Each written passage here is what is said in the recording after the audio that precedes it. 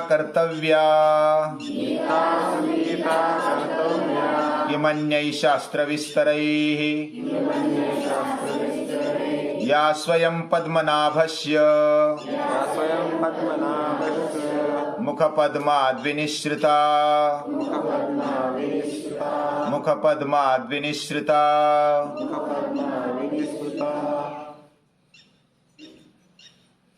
भगवान के खुद के मुख से ये गीता रूपी गायन श्रीमद् भगवद गीता निकली है और इसका अभ्यास करने पर बाकी शास्त्रों की कुछ आवश्यकता नहीं है। यानी एक गीता पढ़ ली तो उसमें सभी जीवन का शास्त्र आ गया,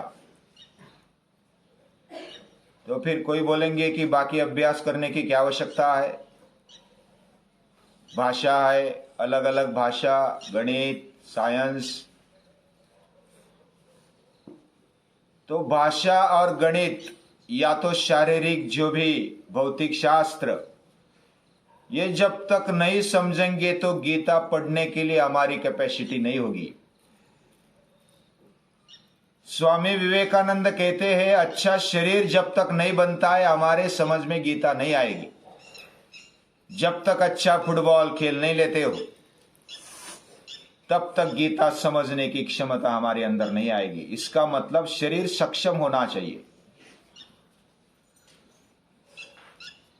मैं जब छोटा था तब बहुत ही अशक्त था, दुर्बल था। मुझे वो हिंदी शब्द मुझे मालूम नहीं, मूर्धुस रोग हुआ था बचपन में।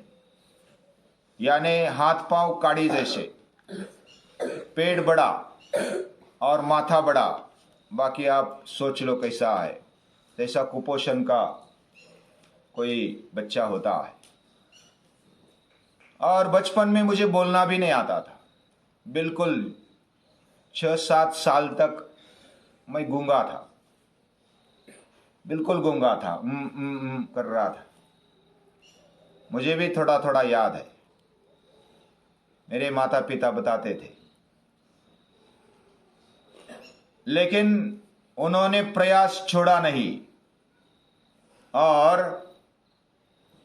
कुछ पंछियों का झूठा पानी, फल मुझे खिलाने के लिए वो जिधर भी मिल जाता लाते थे। ये तोते का झूठा फल खाएगा तो बोलने लगेगा तोते जैसा, चिमनी का झूठा पानी पिएगा तो चिमनी जैसा चू चू करने लगेगा। ऐसे उनकी चाहत थी और वो लाते थे। वो पानी रखते थे चिड़ियों के लिए, वो झूठा कर देते थे तो मुझे पिलाते थे। वो तोते का या तो पंछियों का झूठा फल, उसको करंडी बोलते, उसको लाते थे और मुझे खिलाते थे। बहुत मीठा लगता था और मजा आता था मुझे, लेकिन बोलना नहीं आता था।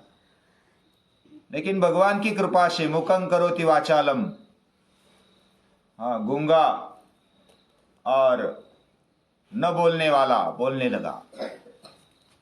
और बचपन से हमारे घर में पूजनीय दादाजी मिले और उनके कारण प्रार्थना शुरू हो गई सुबह शाम की। पहले सुबह सुबह की प्रार्थना लेते थे, बाद में शाम की भी प्रार्थना शुरू हो गई। और सुबह प्रार्थना करके सूर्य नमस्कार निकालते, मेरे पिताजी, माताजी और घर वाले सभी निकालते, तो हम भी निकालते। तो सूर्य नमस्कार के कारण जो दुर्बल शरीर था वो अच्छा बनने लगा, हाथ पांव में ताकत आ गई, पेट बराबर होने लगा, माथा भी और पूरा शरीर भी बैलेंस हो गया। मेरे माता पिता दादाजी को मिले और जब से दादाजी मिल गए तो हमारे पूरे कुटुंब का परिवर्तन होने लगा।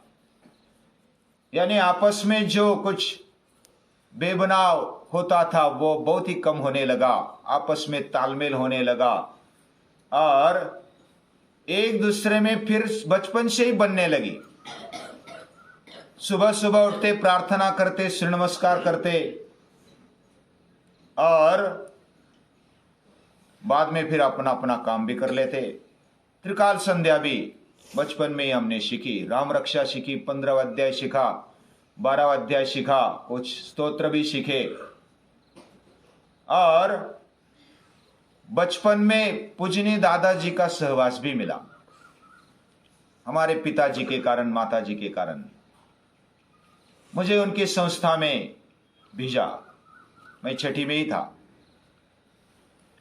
और वहां गीता का अभ्यास करने के लिए मिला। ये गीता मिली पूजनीय दादाजी के कारण।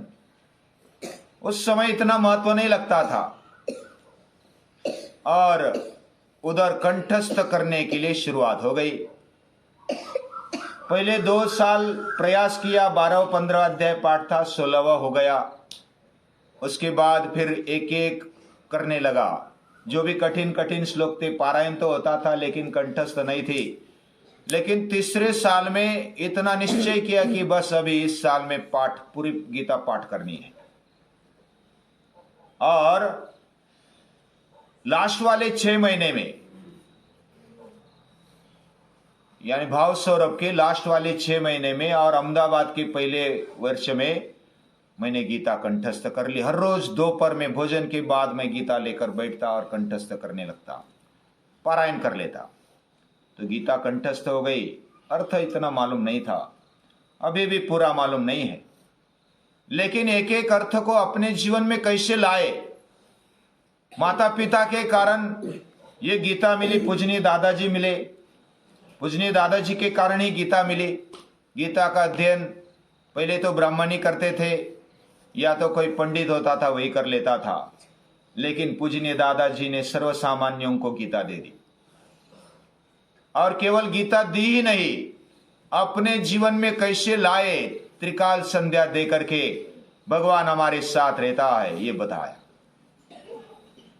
मैं विचार करने लगा कि मेरे जीवन में कैसे गीता आ जाए। वैसे पूरा अभ्यास होने तक थोड़ा सोचता तो था, लेकिन आचरण में लाना बड़ा मुश्किल होता था। खाने में, पीने में, उठने में, बैठने में कैसे गीता हमारे जीवन में लाए, ऐसा मैं सोचने लगा। नियतम कुरु कर्मत्वम, अपने हिस्से में जो काम मिला है उसको नियमित कर लो, ये गीता ने मुझे सिखाया। कुछ मिले या नहीं मिले उसकी चिंता मत करना, लेकिन अपने कार्य में दक्ष रहना। अनपेक्षा सुचिर दक्ष, अपेक्षा न करके दक्ष रहना, ये बड़ी कठिन बात होती है। लेकिन धीरे धीरे ऐसे प्रसंग आ जाते जीवन में, मैं सीधा चलने लगता तो लोग मुझे लुबाड़ते। यानी कोई दुकान में जाता और किसी नोट को दे देता, मुझे मालूम नहीं था कि अभी वापस भी लेना है, देना, वो नोट देना और फिर कुछ वस्तु लेना, तो मैं निकल जाता था। दुकानदार भी फिर बुलाता नहीं था, अरे ये तो चला गया। घर वाले डांटते कि तुझे कुछ व्यवहार की अक्ल है क्या, नहीं है। लेकिन फिर समझ में आता, अरे व्यवहार भी अच्छा होना चाहिए। और गीता यही कहती है, हमारा भौतिक जीवन भी अच्छा होना चाहिए। ये भौतिक जीवन और उसके साथ साथ हमारा अंदर का जीवन भी अच्छा होना चाहिए। ये बात समझ में आने लगी। यानी सुबह जल्दी उठना चाहिए, ये तो आदत वहां से लग गई। और योग्य आहार होना चाहिए, योग्य विहार होना चाहिए। इतना अभ्यास करते हुए भी कुछ ऐसी बीच में बातें आती थी और कुछ भय लगता था, डर लगता था कि क्या सचमुच मैं बोल सकता हूं, क्या सचमुच मैं कर सकता हूं, क्या सचमुच मैं मेरे आहार पर कंट्रोल पा सकता हूं। तो ऐसी बातें मेरे मन में आने लगी, लेकिन हिचकिचाहट रहती थी, थोड़ा दोलायमान मन होता था। डर नहीं लगना चाहिए, ऐसा मुझे लगता था कि डर नहीं लगना चाहिए, लेकिन उसके लिए अलग अलग फिर अंधेरे में जाने का प्रयास करना। और खेती मैं कर रहा था शिक्षण होने के बाद, तो धीरे धीरे अंधेरे में कुछ पानी देना खेतों को, ये बात तो करनी होती थी। लकड़ी हाथ में लेना और अंधेरे में चलना। तो मेरी माँ थी। एक बार क्या हुआ, एक सर्प मुझे दिखाई दिया रात में, तो मैं डर कर पीछे आ गया। माँ ने देखा कि ये पीछे आ गया है। उसने मेरा हाथ पकड़ा, चल मैं तेरे साथ आती हूं, काटेगा तो काटेगा लेकिन डर मत। और माँ भी ऐसी होनी चाहिए। कोई माँ बोली कि सांप देखा, अच्छा अच्छा बढ़ जा घर में, ऐसी मेरी माँ नहीं थी। काटेगा तो काटेगा, जो होगा वो सो होगा, ऐसे बैठकर काम नहीं चलेगा। यानी ये गीता का शिक्षण मेरी माता ने मुझे दिया, मेरे पिता ने भी दिया। कोई अगर बैल या तो गाय मारती या तो पांव पर पैर रखती तो बोलते कि हटा दे तू, मैं नहीं आऊंगा। यानी इतना मुझे तब लगता कि कितने निर्दयी है मेरे माता पिता, कि मुझे अंधेरे में भेजते हैं, मुझे संघर्ष दिलाते हैं। तो मुझे बड़े निर्दयी लगते थे कि ये कैसे माता पिता है, ये मुझ पे प्यार नहीं करते, ऐसा लगता था। लेकिन बाद में पता चला कि जो डेयरिंग है वो तब से बढ़ने लगी। बस मुझे मेरा काम करना है। उद्धरेद आत्मनात्मानम, गीता भी यही कहती है। अर्जुन और श्री कृष्ण तो स्वयं भगवान है। वह भी सुदर्शन एक हाथ घुमा देते तो पूरा युद्ध एक साथ खत्म हो जाता। लड़ाने की क्या आवश्यकता थी अर्जुन को। लेकिन गीता माता को हमें खड़ा करना है, हमारे जीवन में खुद ही खड़ा होना है। ये मेरे माता पिता ने सिखाया, उनके जीवन में गीता देखने को मिली। आहार कैसा होना चाहिए, जब तक युवा नहीं थी तब कुछ भी खा लेता, बीमार पड़ जाता, 2-4 ऑपरेशन भी हुए मेरे, फिर भी बुद्धि ठिकाने पर नहीं आती थी जल्दी।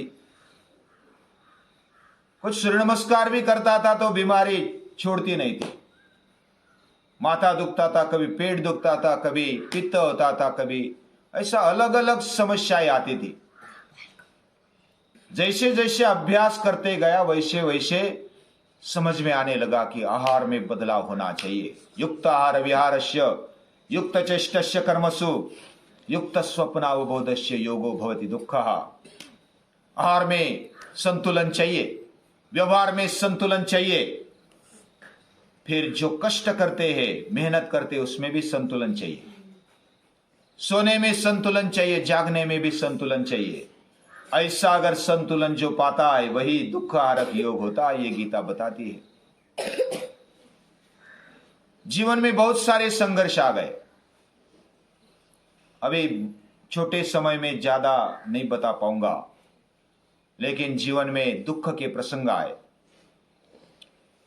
मेरी बेटी बहुत ही कम उम्र में चल बसी, भगवान को प्यारी हो गई। इतना बड़ा दुख मेरे जीवन में नहीं था। माता पिता उसके बाद चल बसे।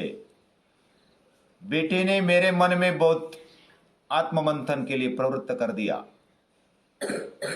बेटी चली गई लेकिन आत्ममंथन होता रहा और मैंने गीता को छोड़ा नहीं। मैं विचार करने लगा कि वो संस्कृत पढ़ना चाहती थी, छत्तीसगढ़ गई थी, बिलासपुर, उधर बीमार पड़ गई और मेरे देखते देखते वो चल बसी। बहुत दुख हुआ। फिर भी गीता माता ने आधार दिया। वहां से मुझे एक प्रेरणा मिली और मैं पहले 10 दिन 15 दिन तो हर रोज रात दिन मैं गीता को सुनता था और इसलिए हिम्मत बढ़ती गई। उस दुख में से संवारने की ताकत बढ़ गई, बढ़ने लगी। ये जीवन ऐसा ही है। जीवन में सुख आता है, दुख आता है, उसमें सहन करने की शक्ति रखो। ये गीता बार बार कहती है। सुख दुखे समय कृत्वा लाभा लाभो जया जयो। और मृत्यु को सामने मैंने देखा, यानी मेरी बेटी को देखा मरते हुए, तो मैं गीता का 15वां अध्याय पढ़ने लगा। भगवान ने यह मार्गदर्शन हर एक क्षण में किया है। कौन सा भी जीवन का प्रसंग हो, गीता मार्गदर्शन करती है और हमें उभारी देती है, खड़ा होने के लिए प्रेरणा देती है। कौन सा भी प्रसंग आ जाए, इसलिए गीता को पढ़ो। और ऐसा पूजनीय दादाजी जी भी कहते थे और मेरे माता पिता भी कहते थे, और उनके कारण मुझे भी प्रेरणा मिल गई। आज के माननीय प्रधानमंत्री भी गीता को देते हैं। ये छोटा सा पुस्तक है, 700 श्लोकों का, जेब में रख सकते हैं, लेकिन पूरे जीवन को उजागर करने वाला ये विचार है। केवल विचार नहीं देती गीता, भाव देती है। केवल भाव नहीं देती, हमारे अंदर कर्म करने की शक्ति देती है, लड़ने की शक्ति देती है, मरते दम तक जो भी प्रसंग आ जाए हिम्मत देने वाली गीता है।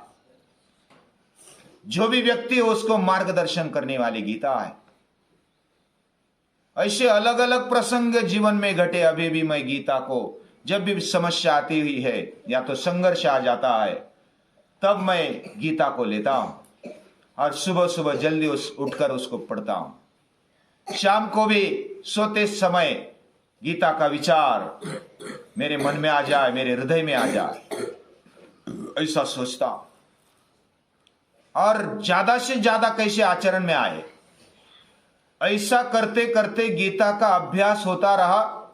मामन स्मर युद्ध च, मेरा स्मरण कर और युद्ध कर, रात्रंदिन आम्हा युद्धाचा प्रसंग ऐसे तुकाराम महाराज बोलते।